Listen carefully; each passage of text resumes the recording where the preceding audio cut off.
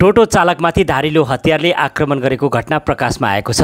जानकारीका अनुसार बागडुग्रामा एक व्यक्तिमाथि धारिलो हतियारले आक्रमण गरिएको मामिला प्रकाशमा आएको छ। बागडुग्राको पानीघट्टा मोड नजिक आज बिहान यस घटनापछि क्षेत्रमा सनसनी फैलिएको पनि बताइएको छ। प्राप्त जानकारीका अनुसार एक टोटो चालक शशिभूषण झा नशाको स्थितिमा थिए भने उनी बेङडुबीको सैन्य शिविर स्थित केन्द्रीय विद्यालयमा केही स्कुले विद्यार्थी अनि एक शिक्षकलाई लिएर गइरहेका थिए।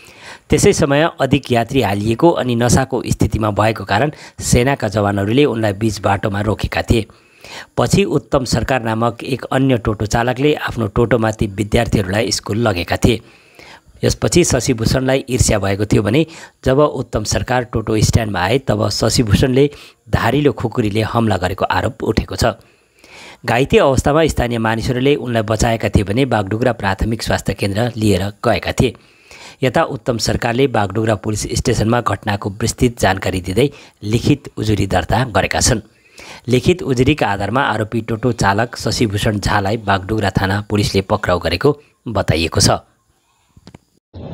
কি ঘটনা ঘটেছিল আর কোথায়? ওই সকালবেলা স্টুডেন্ট আসছিল কেন্দ্রীয় বিদ্যালয়ের, তো ও দারু খেয়ে আসছিল আর ওভারলোড করে নিয়ে যাচ্ছিল, গাড়িতে ওকে নিয়ে যেতে দেয় নাই, তো তারপরে ওকে গেট থেকে রিটার্ন করে দিছে, ওকে বাইর করে দিছে। তো বাচ্চাগুলোর উপরে আমার মায়া হলো, ওরা কীভাবে যাবে স্কুল, স্কুল তো ওদের অ্যাবসেন্ট হয়ে যাবে। তো আমি ওদের স্টুডেন্ট আর একটা টিচার ছিল সমস্তকে উঠায় নিয়ে আমি এদিক দিয়ে ঘুরে পানিঘাটা মোড় হয়ে ওকে স্কুলে নিয়ে গিয়ে ছেড়ে আসলাম।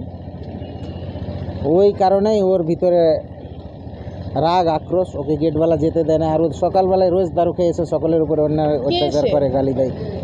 শশীভূষণ ঝা, টোটো চালক। মানে উনি মদ্যপ অবস্থায় স্কুলে গিয়েছিল?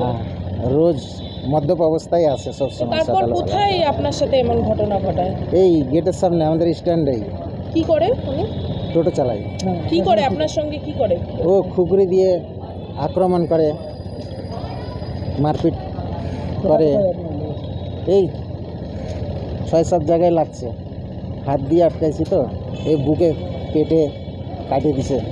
পুলিশকে জানিয়েছেন বিষয়টা? হ্যাঁ, পুলিশকে লিখিত দিয়েছি, কমপ্লেন দিয়েছি। কি চাইছেন এখন আপনি? আমার ন্যায্য বিচার। সে যে কাজ করেছে ওকে অপরাধীকে দোষী সাব্যস্ত করে ওকে শাস্তি দিতে হবে।